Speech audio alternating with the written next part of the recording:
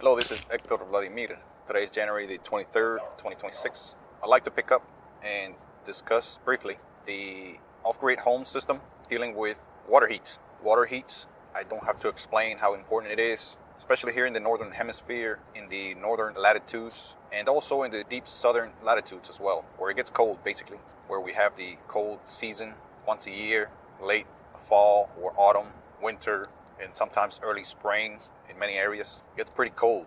The air temperature is cold, and also the water temperature, the underground water temperature in pipes for water distribution systems and even in bodies of water get pretty cold, get a lot colder in the winter. So it is quite uncomfortable. I don't have to say that it is quite uncomfortable to take showers, wash, do any kind of activity or use water in any way when it's cold, when it is uncomfortably cold. Also, cold water is not so effective at washing, cleaning. The temperature needs to be raised a bit. It needs to be a bit warm for washing to be effective, or a lot more effective at least. So we need to be a bit comfortable. Oftentimes it is necessary. So we need to have a way to heat the water, to warm the water.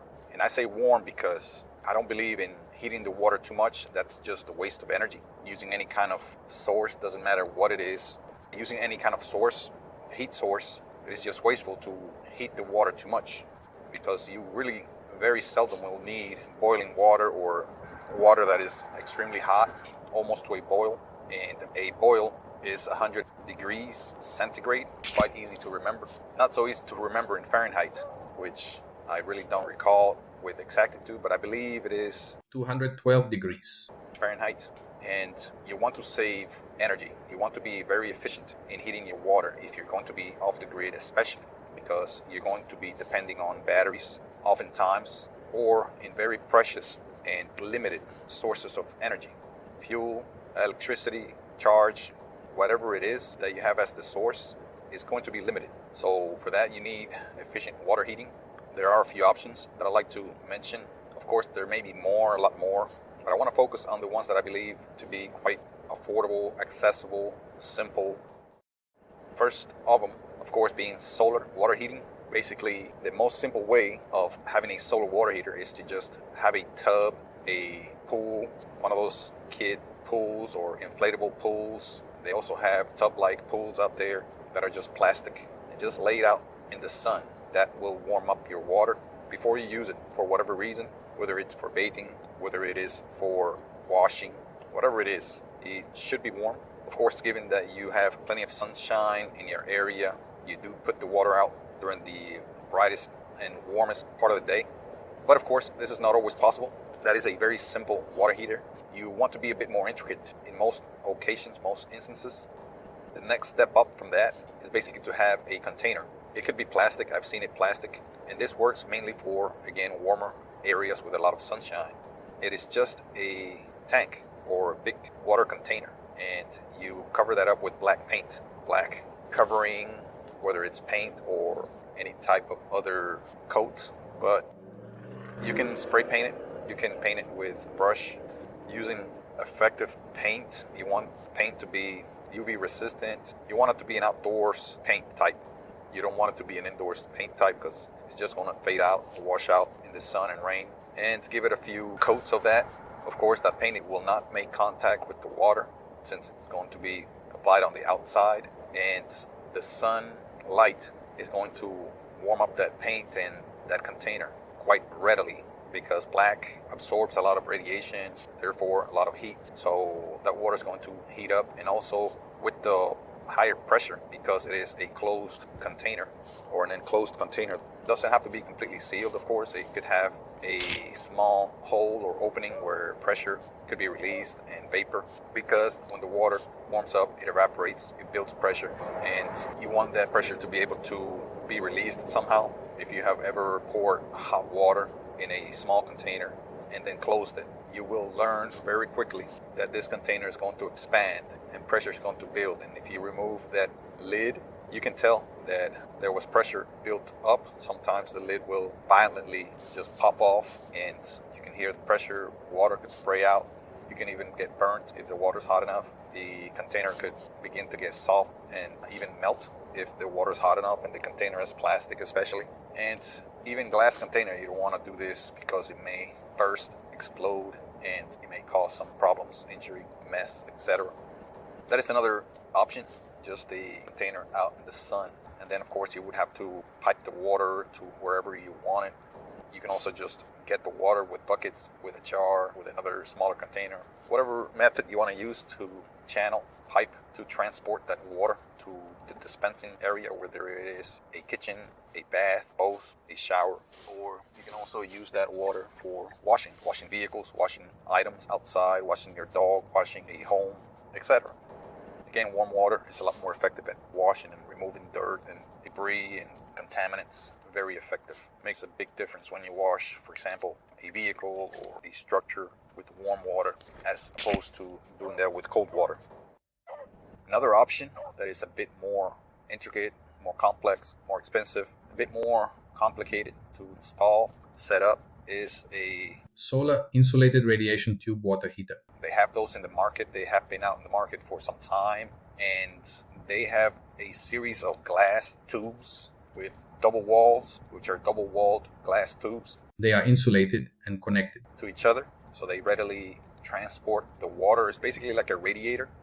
It's like a conventional radiator, where this tube is probably a serpentine. It's already in a serpentine fashion. It is one single tube, one way in, one way out, but it basically snakes in a serpentine fashion to where the tubes are all exposed to sunlight. And of course, it's double-walled. The inner wall is got a dark or black coat. I'm not sure what they use, but it's resistant to UV, ultraviolet radiation, and it's built to be put outdoors. That's why it's a bit expensive, but I believe it is probably the most effective solar type water heater. You can find out details about those online through the manufacturer, through the seller, and get one of those. It's possible for you to set it up, connect it yourself if you know some basic plumbing. If not, you can hire a plumber, get that connected for you, and it can provide a very reliable warm water. Another option is to have a water heater, conventional water heater with a tank, but you want it to be LPG, liquid propane gas, or natural gas. I like especially the LPG type because I can buy my own tank of gas, control the source of energy, as opposed to natural gas. Natural gas, you have to generally have a subscription, a service set up. You have to have the pipelines already in your home or have them put in by a pretty big company. So it's going to be pretty expensive to put it in, and also the service for it. I hear complaints from plenty of people that have had it or have it currently. They always complain about the cost. Sometimes it is optional to have it maybe half of the year, the cooler part of the year. But I don't believe in that expense, having that expense that's just going to tie you up and have you be part of a grid, which is sometimes, many times, abusively costly, and I just don't recommend that route. LPG, of course, uses gas. It is a gas, and you can control the source. You can, again, purchase the tank, refill the tank at a refilling station. They have them in many of your general hardware stores. The larger ones have refilling stations, such as Tractor Supply. But there are other places also that specialize in refilling gas tanks, LPG. So if you want to find out where those places are and make sure that you are able to access those places and make sure the cost is not going to be too high for you, that is a very attractive option. It is probably among the cheaper options other than just getting an electric tanked water heater, which again, I would avoid like the plague because that would just tie you up to the grid, something that I am advocating against here, and it is quite expensive. Probably among the most expensive types of water heating is your conventional tanked electric water heater. That's just a power hog. It uses hundreds and hundreds of amps per day. That's thousands and thousands of watts or watt hours per day. That's just going to rack up your power usage and in turn just kill you with your power bill. So I would stay away from that. The last option I'd like to discuss is the tankless water heater. This is probably the most advanced type, probably the most expensive of the water heating types, maybe apart from the solar water heater. And that is because these are a relatively recent technology and they are quite unusual in this area, at least in this southeastern area where I live. And a lot of people just are not familiar with them, with installing them and their availability is not as much as some areas. I've been to some areas in country where they are quite common, but they're not around here, but they are available, especially if you look for them and get them online, and they're not too difficult and not too different from your conventional water heating installation. You may be able to do it yourself. You may be able to install it yourself, again, if you have some basic plumbing skills, if you're crafty, if you're just willing to learn. And this is not only your most advanced and expensive option, most likely, but it is also the most reliable and efficient, meaning that it's going to save you the most amount of money. And because it is tankless, it doesn't store water. It doesn't try to heat up the water constantly because it doesn't store it. And that is one of the reasons why it's so efficient.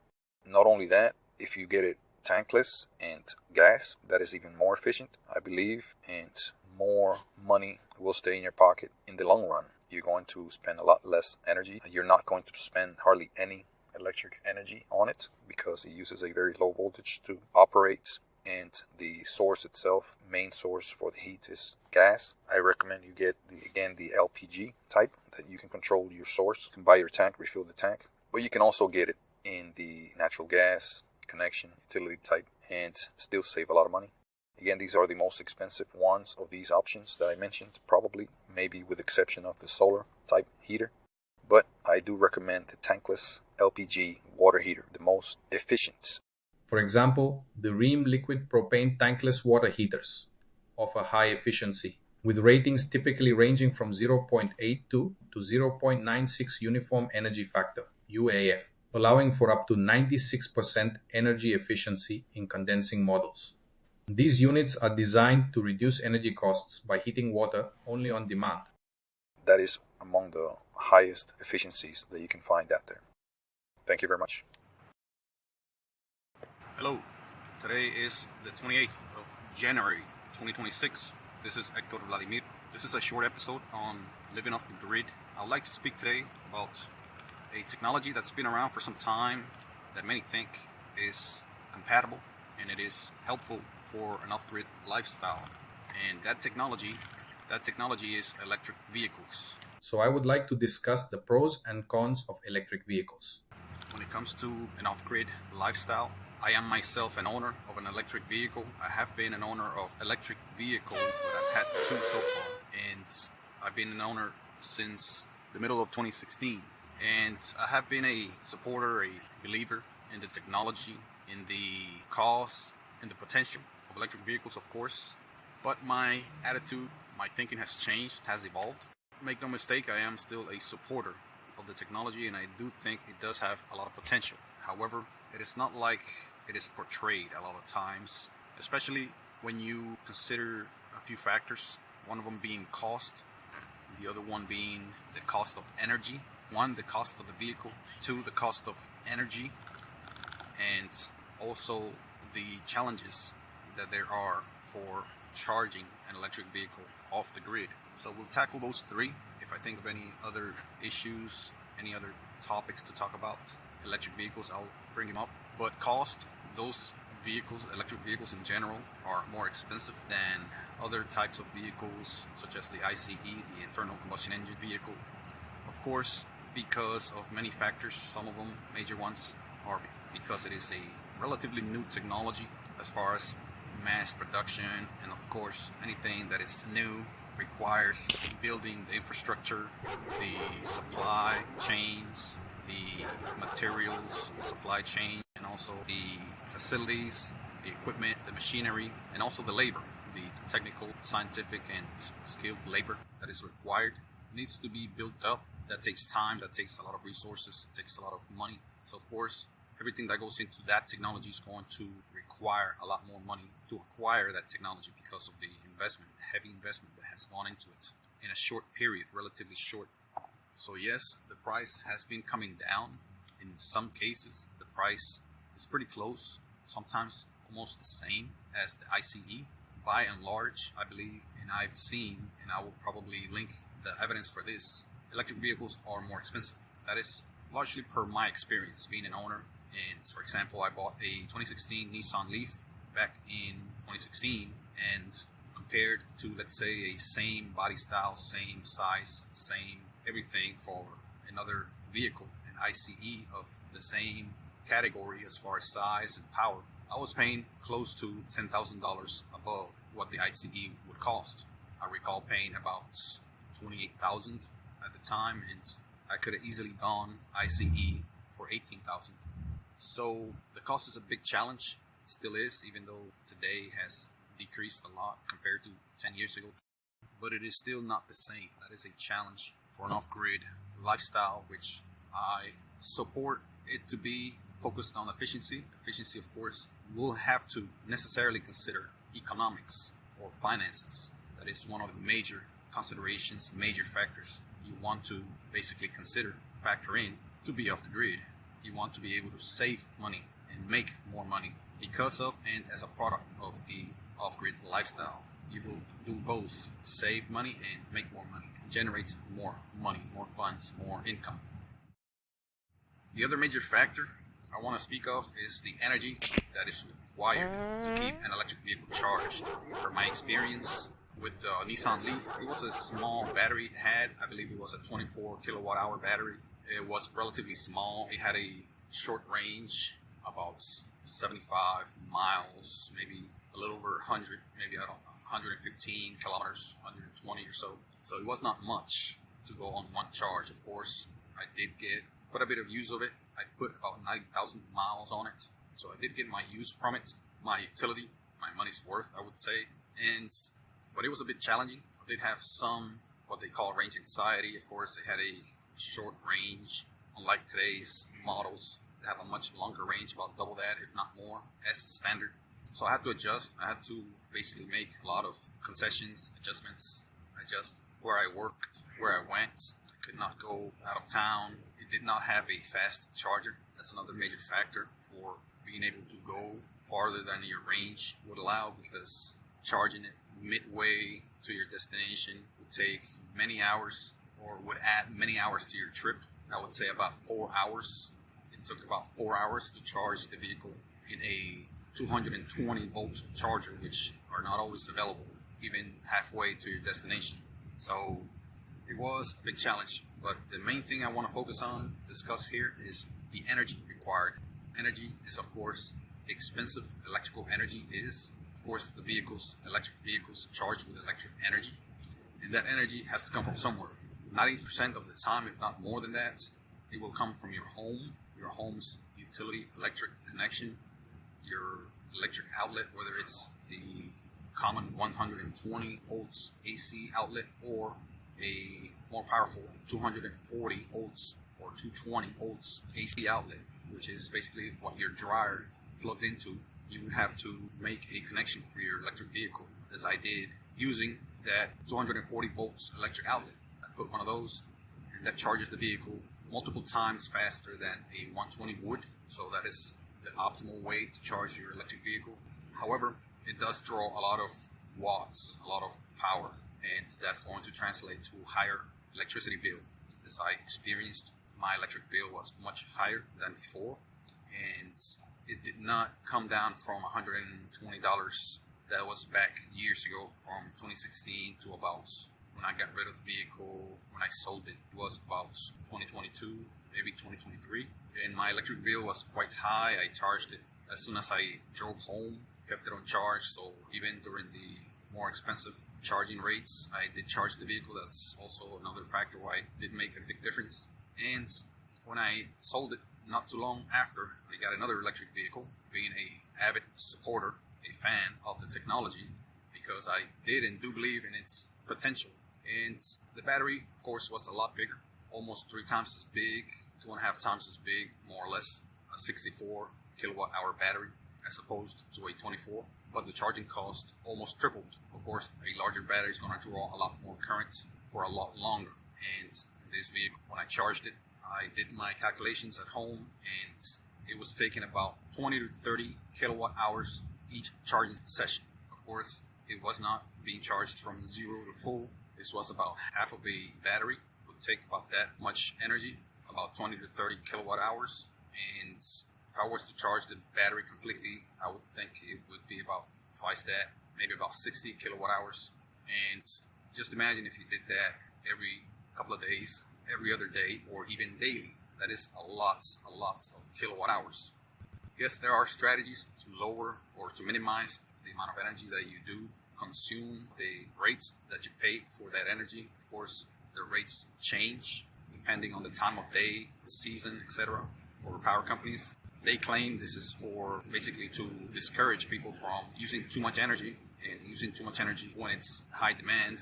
So they have these different rates at different times, different seasons. So you have to very closely watch that if you want to minimize the amount of money that you pay your power company, especially if you charge an electric vehicle. Even doing that, even being very careful as far as when I charged, how much I charged, I was paying a lot of money when it comes to my utility electric bill.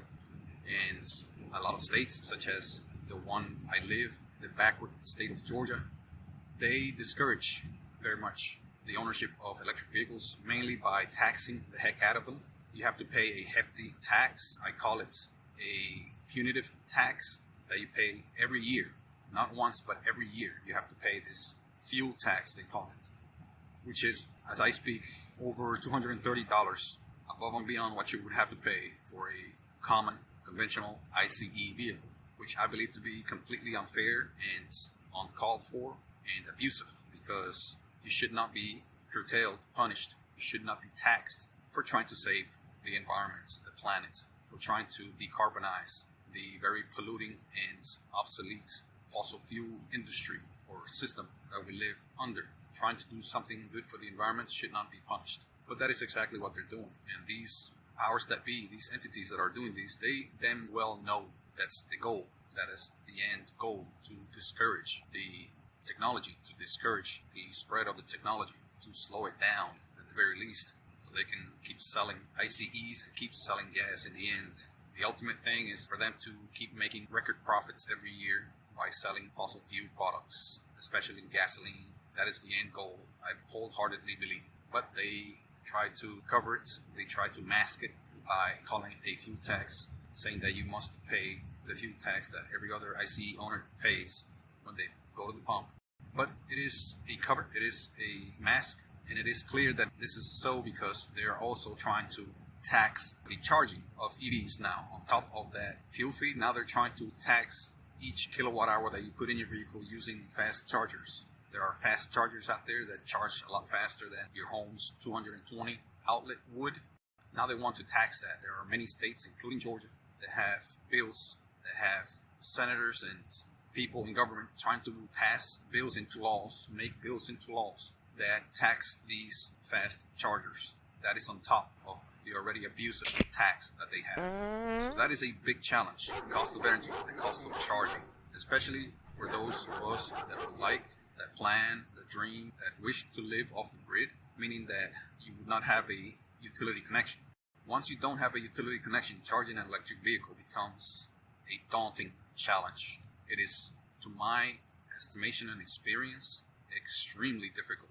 I don't want to say it is impossible, because very few things are that are technical, that are physical, but that is a daunting challenge. One that I'm yet to see or to hear about someone has done, charging their vehicle using solar energy, for example, and batteries. Again, yes, it is possible, but you would need basically a farm of solar energy, solar panels, a solar field, a farm of hundreds and hundreds of solar panels dedicated to charging a giant battery, multiple times the size of the one installed in your vehicle. Necessarily so, it would have to be, at the very least, double, if not triple, the size of the one in your vehicle. Because a fast charger is basically transferring the charge on a big battery. This is an off-grid fast charger, of course. You don't have a connection to a power plant that's generating energy with hundreds of amps and thousands of volts all the time. You have to have a source, and the source is disconnected from any kind of power plant if you're going to be off-grid, and this is going to be your battery. Your source is your battery. Of course, the solar field that you would need to keep those batteries charged is just another source to keep the battery full, to keep the battery charged. So that battery, when you hook it up to your charger in your vehicle, is going basically to drain into the battery in your car. The amount of watts that vehicle is going to require, which I have measured to be over 1,500 watts continuously. I'm talking about for hours. You have to keep up 15, perhaps almost 2,000 watts of continuous power going into that vehicle charging. You have to keep that up. And for that to happen, your battery would have to be pretty big. I have not calculated exactly how big, but the energy requirements, just by thinking of it and by my modest knowledge of electricity, it would have to be pretty big to maintain that kind of power drainage for that amount of time. It would probably be gigantic. You have to take into consideration also the loss factors, the power losses that your inverter is going to have. It's going to have to go through an inverter because your vehicle is probably not going to be supercharging. It's just going to be charging at a slower rate of maximum 220, if not 120, which takes about a dozen hours, 12 plus hours to charge a battery fully, if not longer than that. A big battery probably would take maybe about 20 hours to charge with a 120 outlet. That is probably what you want to go with if you're going to be running with batteries. Of course, you may have a DC charger, which is your fast charger, level 3, sometimes called supercharger, but that would be prohibitively expensive. I have looked at some of the prices. We're looking at over $50,000 for a DC charger. This is a low-end, not too fast, run-of-the-mill DC charger that charges perhaps maybe about 50 kilowatts, 60 kilowatts per hour. That's pretty fast. In comparison, your 220, 240 volt outlet charging for your vehicle, which is level 2, that could take you to about 7.5, maybe 8 kilowatts per hour. That is your speed of the charger. They measure it in kilowatts per hour. So 8 kilowatts per hour. That's how much you would charge per hour. So if you're going to put, let's say, 24 kilowatts at 8 kilowatts per hour, that would take you 3 hours. If you're going to put 32 kilowatts into your vehicle with an 8 kilowatt charger, that would take 4 hours, and so on. So there you can see, just by these small factors, details, how difficult it would be to charge a vehicle off the grid. It is pretty much not feasible. It is pretty much prohibitive. It is not impossible, but it is economically, financially prohibitive, especially for people of low income or people that are trying to save as much money as possible. You can't just go out, if you're living off the grid or wanting to live off the grid, minimize your utility payments and minimize your expenses. You can't just decide to spend $100,000, $200,000 on a huge lithium-based battery, a super expensive charger, and also a solar field, which you need the land, the equipment, you need the solar modules or panels, you need all kinds of safety equipment also, and the batteries. Battery bank, which is basically a battery system that you have to have. You have to have it air conditioned, temperature regulated, with very expensive monitoring systems, connections. These batteries are somewhat volatile, so you have to watch them, maintain them, keep an eye on them. Can't run them too hot, can't let them get too cold. So they are finicky, they are touchy, and they do require maintenance. You can't just install it and forget it, as many people think.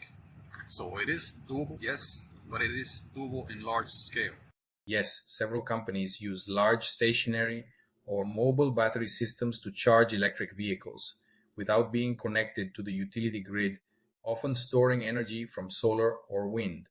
Companies like Spark Charge provide mobile, battery-powered DC fast charging, while Beam Global offers solar-powered, off-grid charging stations with built-in battery storage. Again, this is doable, but it is very difficult for them to be completely off the grid. Perhaps he claims that they are off grid. In fact, they may just use a utility connection and they may offset whatever power they use with solar panels. It's all about labeling. They may call that off the grid, but in reality it's just a utility connection that feeds into the system. They factor in the time that the system spends without charging, without being used. And that time, perhaps during the sunlight, the solar panels feed the energy that was used during a charging session, for example. It feeds that energy back into the grid or the utility grid. So it is pretty much offset. But that, sadly enough, is not an off-grid system. An off-grid system, by definition, should not have a connection to utilities. And again, that is extremely difficult. Those are a few of the factors, challenges that make electric vehicles not so much of a off-grid technology. That is my opinion. Many people may have different opinion, but as an avid supporter of electric vehicles, have been and I still am, it is difficult for me to say this, but evidence trumps feelings and opinions. And the evidence that I have gathered so far tell me that the expense and the infeasibility, the inability for electric vehicles to be charged off the grid makes them not, I repeat, not an off-grid technology. Sadly, it is difficult to say, but I believe wholeheartedly this is a fact. This is the truth. Having said that, you can make it work, as I have. I have saved on electric energy and also I have owned an electric vehicle. I believe the cause of saving the environment, minimizing pollution, and furthering supporting a cleaner, better, more efficient, safer, advanced, automated, electrified technology. Those things, I think, are worth the efforts needed to make the technology work for you in a off-grid lifestyle. Again, I've made it work, truly have made it work for over 10 years now. How have I saved money? Basically, that is the number one reason, rationale for you to have an electric vehicle is because you want to save money, not only to save the environment, but to save money. Gas is expensive. ICE vehicle maintenance is expensive. So you want to minimize or get rid of those, cancel those. So that is the main reason why I was so attracted to the technology when it first came out, when the Nissan Leaf came out. It was the potential of me not buying a drop of gas ever again. And I saw the potential in that, in the savings, the money savings, as undeniable. I did the numbers and I remember saving in the amount of time that I used the Leaf, I want to say about $7,000 or more in gas savings. Of course, that is without taking into consideration the extra money that I paid to the utilities. But even then, it would be probably about $5,000 for about 90,000 miles driven. So yes, it was worth it. I put in my pocket $5,000 worth of savings, money that did not go into a gas pump or a gas station. That is money that stayed in my pocket. It is money made. Yes, it took 90,000 miles. Yes, it took all that time. But I believe in the end it was worth it. There are also ways for you to save even more. Again, watch the time that you charge your vehicle in. Look at your rates. Call your electric company. Go to their websites. Find out what the rates are, at what time, and which seasons. And basically charge your electric vehicle outside of the high rates, hours, and seasons. It is possible. It is something that you can do. Most electric vehicles have automatic settings where you can set the vehicle to charge automatically at a certain time window, start charging and stop charging at a set time window that you program in, you set in. It is pretty easy to do. Those vehicles, you just leave them plugged in and they will start charging at the time that the power rates, the electricity rates are the lowest. For this area, in the summertime, during the warmer temperatures of the year, the cheaper rates are in the middle of the night, in the early, very early hours of the morning. That's when you want to set your vehicle to charge. And in the winter, the colder months, it's during the day. The cheaper rates are during the day. So that's when you want to charge your vehicle in the winter here in North America. Of course, your region, your country, your nation could be different, could be about the same, could be slightly different. So make sure that you do follow that, and also make sure that you do know the rates of your power company. Your power company is the one that decides on the rates, the times, and all the fluctuations with that. So you have to look for that. It should be on their website. Another way for you to save big time on electric costs while charging your electric vehicle is basically by charging free, charging for free. You could do this. There are a decreasing number, sadly enough. They are decreasing in number, disturbingly enough, but they are still out there. Find them. There may be some in some parking areas, some parks. Some cities do provide chargers, probably not the faster types, but the mid-speed or level 2s, you may still find those. I recall they have one here nearby in a city right in the middle of downtown. They used to have one. I used to work around the area before, and I used to go and plug in and charge there for 30 minutes, 40 minutes a day when I could, and it was free of charge. And you may have a company that provides charging at their parking lot. I remember seeing a company here in Georgia, a company that manufactures light fixtures, and they provided chargers for free to their employees in their parking space. They had about 4 or 5 parking spaces with chargers. You may take advantage of that, and if you work at a place like that or near a place like that, you may park in their place. Security may overlook it. They may not have security. They may not care that you don't work there if you in fact don't. And park and charge there. It could be possible. Also, there are many hotels that have chargers for quote unquote their customers, their guests, and as I have done, you may be able to park there and be overlooked, be ignored, and not be a big deal, and get many kilowatts of charge from those spots, those places. That is another thing to consider, free charging. There may be other ways which I will not entertain or go into for you to charge completely free, and those are ways how you can make it work, how you can make electric vehicles work for a off-grid lifestyle, for an off-grid situation.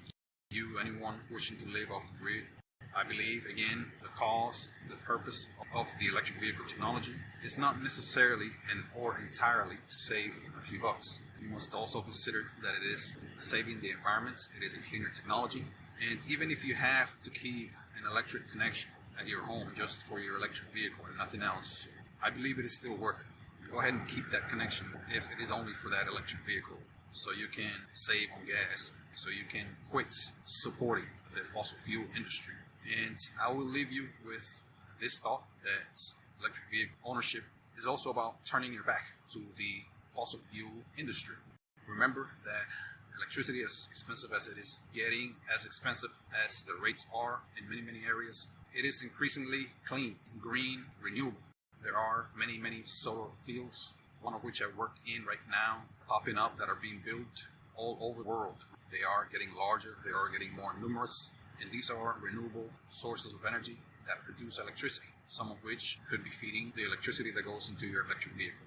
That is another big reason why electric vehicles are worth it, even though they're not necessarily an off-grid technology.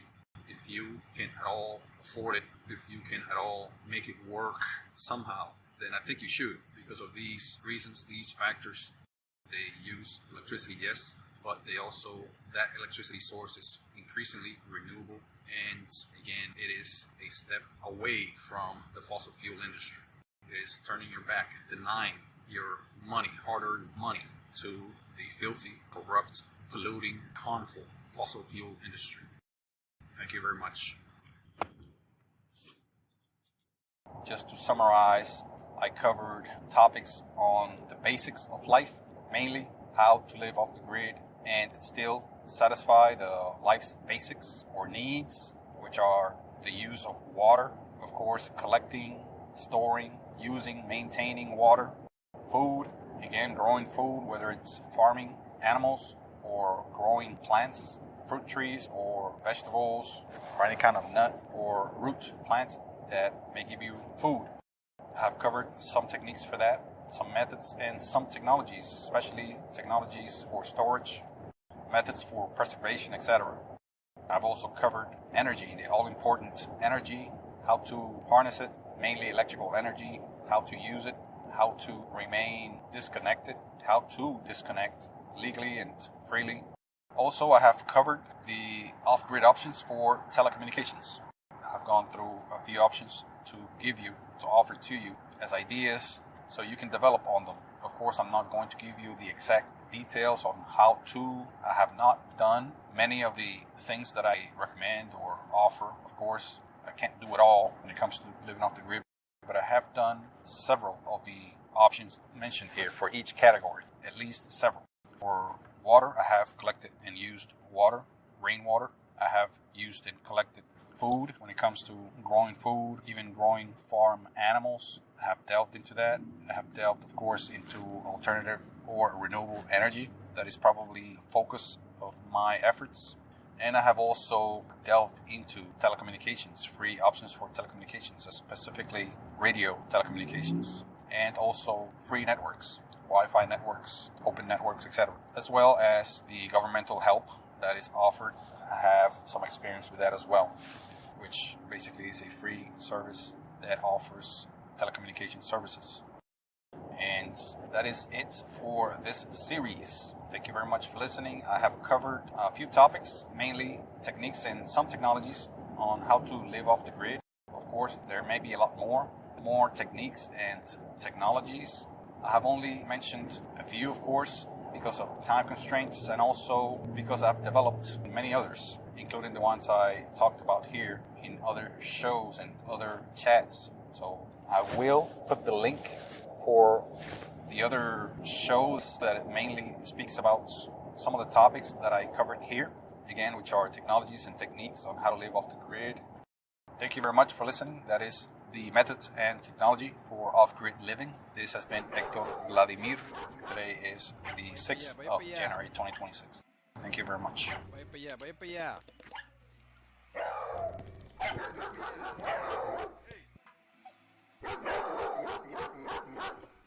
Vaya para allá, vaya para allá.